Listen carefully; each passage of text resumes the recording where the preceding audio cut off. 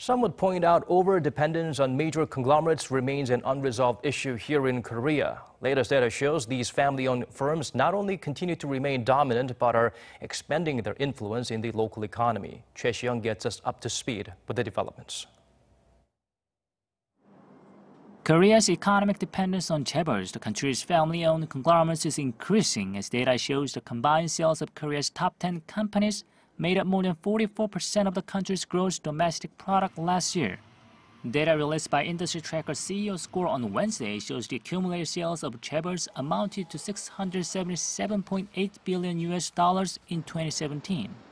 The lion's share came from Korean tech giant Samsung Electronics, which alone accounted for nearly 15% of GDP, with sales of $224.2 billion. Followed by automaker Hyundai Motor and Samsung's local rival LG Electronics.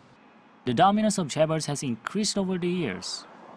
Sales by the top 10 companies made up a greater proportion of Korea's GDP in 2017 than in 2015, when the top 10 firms' combined sales made up around 41.5% of GDP.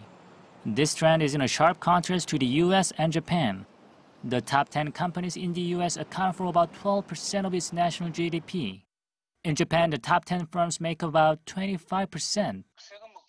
This is not really an issue about the companies themselves, but rather South Korea should approach the issue by coming up with a new industrial structure. Walmart and Toyota, the number one firms in the US and Japan, only account for roughly 3% and 6% of their respective national GDPs. Choi Si-young, Arirang News.